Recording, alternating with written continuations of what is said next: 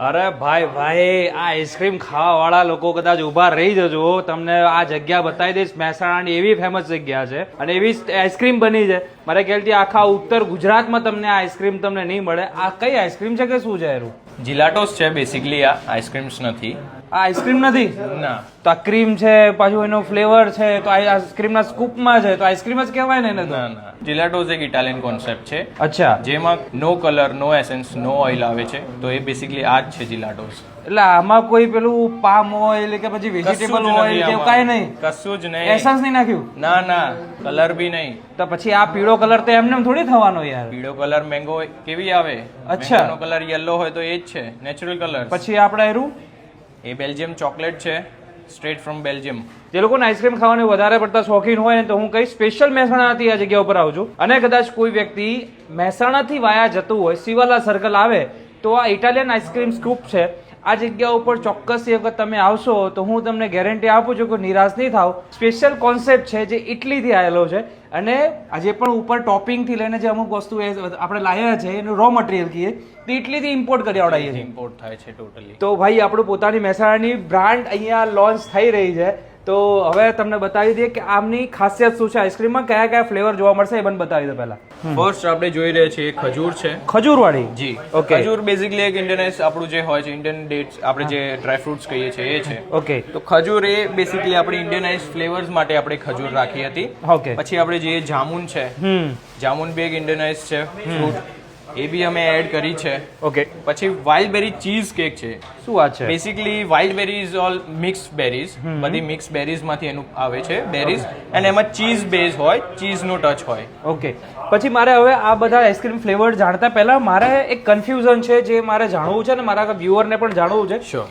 Ice cream and ઝેલાટો બરાબર છે, તો એ બંનેનો ડિફરન્સ શું છે એનું કારણ તમે સમજાવો ટેકનિકલ લેંગ્વેજમાં પણ. ચલો એ બી તમને કહી દઉં.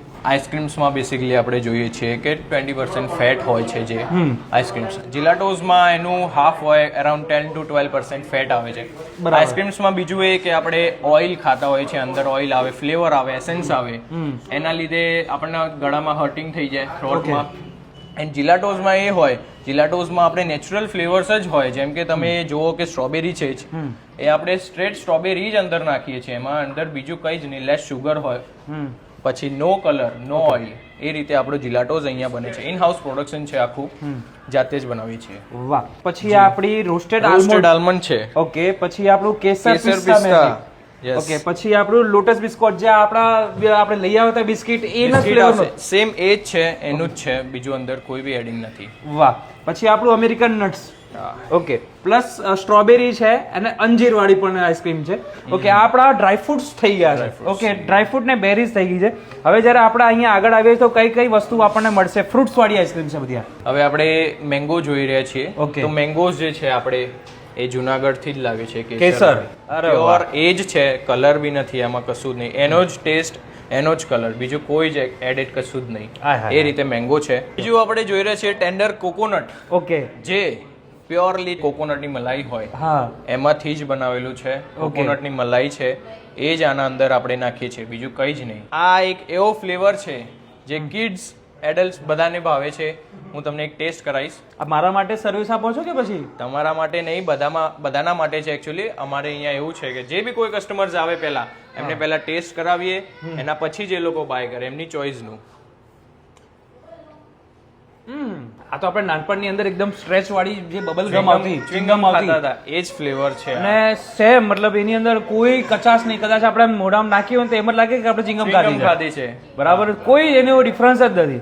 પછી આપણે બીજું કઈ છે આપણી પાસે? બીજું આપણે જોઈએ છે કે અહીંયા ફરેરો રોસ્ટર છે. ફરેરો રોસ્ટર જે એક આપણી ચોકલેટ છે એકચ્યુઅલી, ફરેરો રોસ્ટર. ઓકે. એ એમાંથી જ આ બનાવેલી છે ચોકલેટ યુઝ કરીને. વાહ. પછી આપણે કાજુ દ્રાક્ષ. પછી આપણું બ્લુબેરી. જી. પીના કોલાડા જે છે એ આપણું એક મિક્સ ફ્લેવર છે, કાઇન્ડ ઓફ પાઇનેપલ અને કોકોનટ નું. શું વાત છે? Actually pina colada is basically a mocktail, એમાંથી અમે આનું જીલેટો બનાવ્યું છે. અચ્છા ભાઈ, આ મારા ખ્યાલથી કદાચ કોઈ આઈસ્ક્રીમ ખાવા આવે ને ટેસ્ટ કરતા જાય ને તો એમાં પેટ ભરાઈ જવાનું છે એમને. સૌથી મેઇન વસ્તુ એ છે, જ્યારે આપણે આઈસ્ક્રીમ ટેસ્ટ કરી રહ્યા છે તો એમાં કોઈ એટલું સ્વીટનેસ નથી કે જેનાથી આપણે મારું ગળાને ચિકાસ થઈ જાય. જી. બરાબર છે.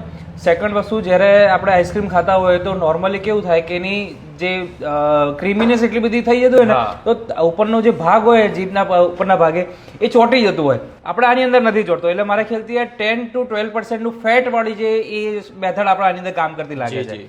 ઓકે. નેક્સ્ટ આપણે વોટરમેલન જોઈ રહ્યા છીએ. ઓહો, આ આપણી આવી ગઈ વોટરમેલન. જી. કોઈ આ ખોટા વખાણ નથી. એક વખત જો કોઈ વ્યક્તિ તમારે અહીંયા દુકાનની અંદર આવી ગયું અને એક કદાચ જેની ફેવરેટ વસ્તુ હોય, જેમ કે મને તો જાંબુ વધારે પસંદ છે અને સાથે સાથે તરબૂચ વધારે પસંદ છે, જો આ અને મેંગો કદાચ જેને વધારે સારું લાગતું, જે એકવાર ટ્રાય કરી લીધું મારા ખ્યાલથી પછી બીજી વખત બીજી કોઈ આઈસ્ક્રીમ નહીં ખાય. આ પિસ્તાશિયો પેરાડાઇઝ જે છે આપણે પ્યોરલી પિસ્તામાંથી જ બનાવીએ છીએ. અચ્છા. એના અંદર આપણે એક સી સોલ્ટનું ટચ આપીએ છીએ, જે થોડું સોલ્ટીનેસ તમને ટેસ્ટ આવશે. એ આપણું એક પ્રીમિયમ ફ્લેવર છે. બધા લોકોનો ફેવરેટ બી છે પિસ્તાને રોસ્ટ કર્યા છે, જી. થોડુંક સોલ્ટેડ કરી દીધું છે અને ફ્રીઝરમાં રાખીને તમે મને ખવડાવી દીધું છે. એમાં કોઈ ફરક નથી લાગતો.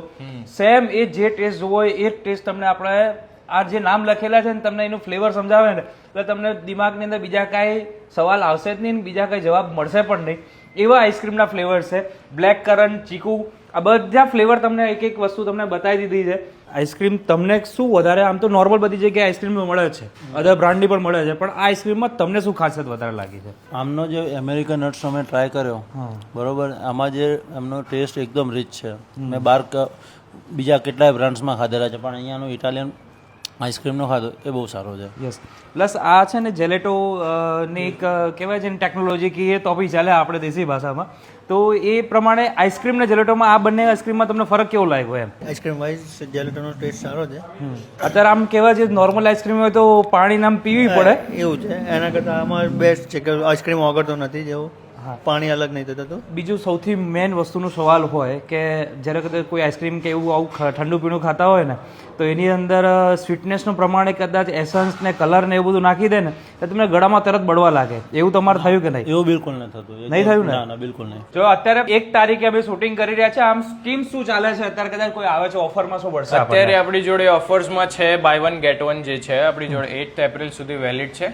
એના પછી 8 તારીખ પછી 15 ડેઝ માટે બાય 2 ગેટ 1 ઓફર છે. તો જેમને બી આવું હોય મોસ્ટ વેલકમ. આપણે બલ્ક ઓર્ડર્સ બી લઈએ છીએ. ઓકે. તમારે જે બી ઇવેન્ટ હોય તો તમે અમને ઓર્ડર આપી શકો છો. આપણે બલ્ક ઓર્ડર્સ બી રેડી કરીએ છીએ. અત્યારે ઇટાલિયન સ્કૂપ્સ, ઇટાલિયન આઈસ્ક્રીમ્સ તમારે ટ્રાય કરવી છે તો મહેસાણાની અંદર ઉત્તર ગુજરાતની એકમાત્ર આઉટલેટની અંદર તમારે ઝેલેટો આઈસ્ક્રીમ તમારે ટ્રાય કરવી તો અહીંયા મળવાની છે. તો આ વિડીયો તમને કેવો લાગે જરૂરથી કોમેન્ટ કરજો અને આ જગ્યા ઉપર આવવાનું ભૂલાય નહીં. મોબાઈલ નંબર અને એડ્રેસ સ્ક્રીન ઉપર આપેલું છે, કોન્ટેક્ટ કરી શકો છો.